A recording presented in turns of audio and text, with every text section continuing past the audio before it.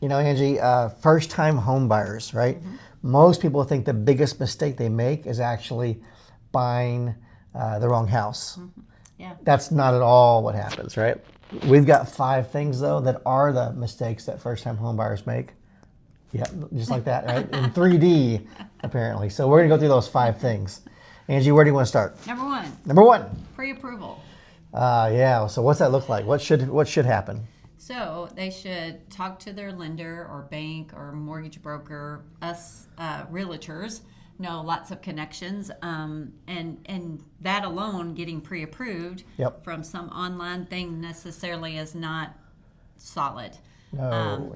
So that's in a conversation, even just how to get A pre-approved. local, you want a local person to get or pre-approved through, yeah. somebody that we've done business with over and over and over, because there will be hiccups, there will be some problems, and having a professional lender who is on our kind of a vendors list per se, that's big. I think a lot of people think that you find a house first and then you get pre-approved. Right. And that's wrong. You know that, Rob. So I've had so many people walk in the door and like, this is the one, and this, and what happens after that? Whenever they couldn't get pre-approved They fast compare enough, they lost that house because someone else bought it out from underneath them before they get pre-approved. Yep.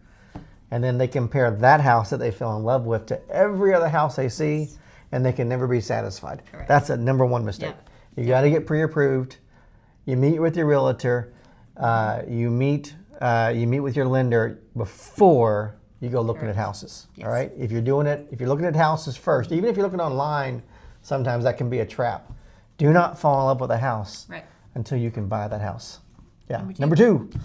Oh my gosh, this is a funny one, right? So this happened to me last week. Yeah, go ahead. Tell us the story. This one is during the process. So once you get that pre-approval, and during that process, you're under contract. And the lender gauges everything from the time of the application till the closing table. Yes. To the point that even sometimes the day of closing, they will recheck your credit, make sure that you still have a job and you can make payments, but also make sure you've not been laid off. That's happened before. Yes, and make sure that you have not accumulated new debt. Yes. Because new debt changes your whole structure if you can affordability with the house. Which is as simple as, hey, I'm buying a new house. Yeah. And that brand new construction house doesn't have a refrigerator in it. I'm going to go to Home Depot and they sell you on that new Home Depot credit card. Yeah. Do not do that. Do not open a new line of credit, even if it's only for a few $100s.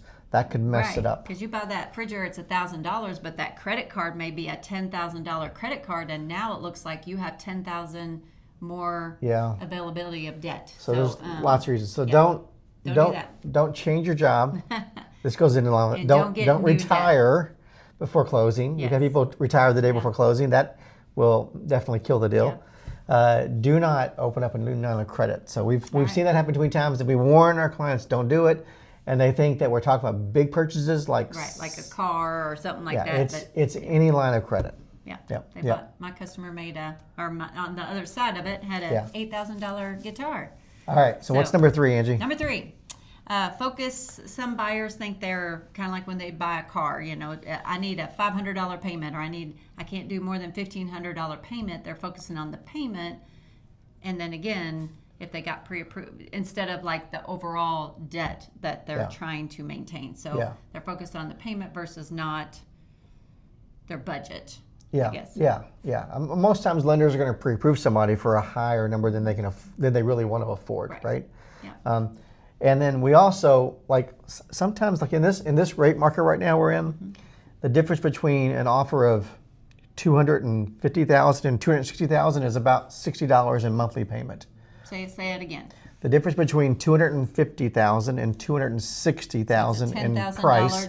We're negotiating price sometimes down to the thousands, right? Right. Every $1,000 is about $6 per month in payment. So only $6 difference. $6 difference per $1,000, about. Yeah. Right. So that's a good rule of thumb. That's a good rule of thumb. Yeah, and that changes with the rate as it changes too. Okay. And yet we get some people, they lose a house because of a couple $1,000s, and they didn't realize that it was only maybe $6, $12, $18 a month in payment. Right. And that then they really start to feel like, oh man, I missed an opportunity. Yeah. Yeah, that's a big deal. Okay. And number 4. Ooh, inspection. Let me talk about inspection. Yeah. All right. Now, most first-time home buyers do not skip out on the home inspection unless they're in a situation where they're buying new construction. If you're buying new construction as your first home, congratulations, you're doing great. Right. And yet, Sure. do not let anyone tell you that you do not need to do an inspection on new construction. All right.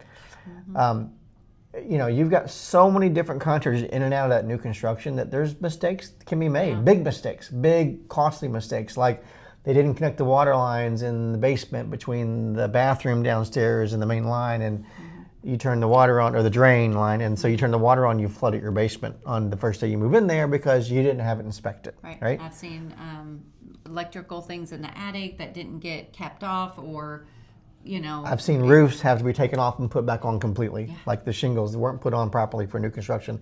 And I'm talking like $500,000 homes. They had a simple mistake, but it was costly, and if they hadn't done an inspection, that would have been on the buyer a year or two before they discovered it, or sometimes just a couple of days before they would discovered it, right?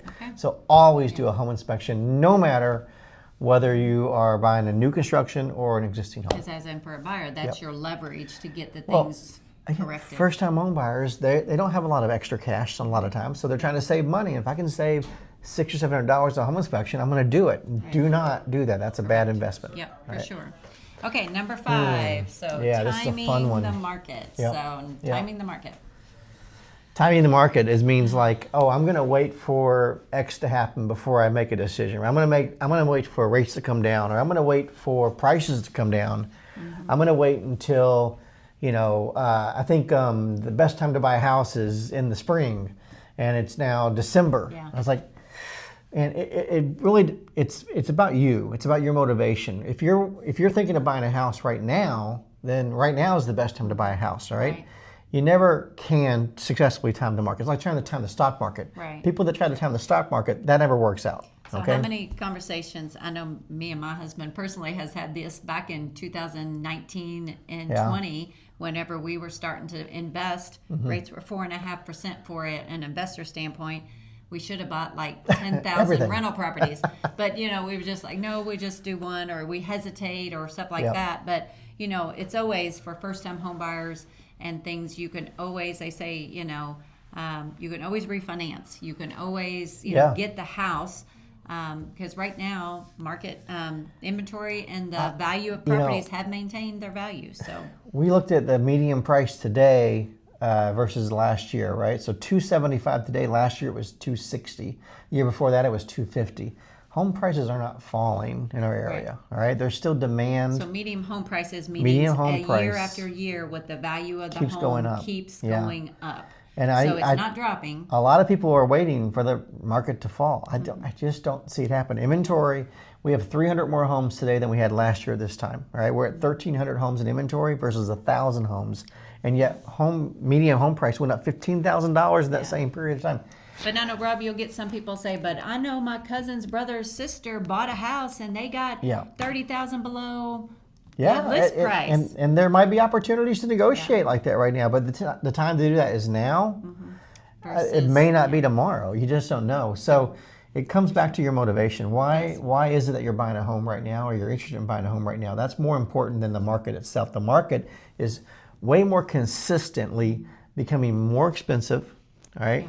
And that's not. We just don't see that in the Midwest changing in particular. One thing I would add to that is, a buyer in this market, like, if there is anyone out there that's still just thinking maybe rates are going to come down or whatever else, but here's the truth, right? And you know this, and I know this, and Buffy behind the camera knows this, that when rates come down, prices are going to go up even faster. Yeah, that's just the way it is. Because more buyers will jump in the market. That's right. More buyers jump in the market, then you have more competition for those same listings, those same homes that are available, and prices are going to go up. So it's better to buy a home now when there isn't as many buyers looking, because you do have that opportunity to negotiate. And then if rates do fall, then you have the opportunity to refinance. So you win twice. Right.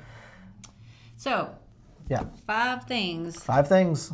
But the main thing is get a professional realtor that can help you guide the way. That knows these 5 things and will keep you from making those same mistakes. All right? Thanks for watching, guys.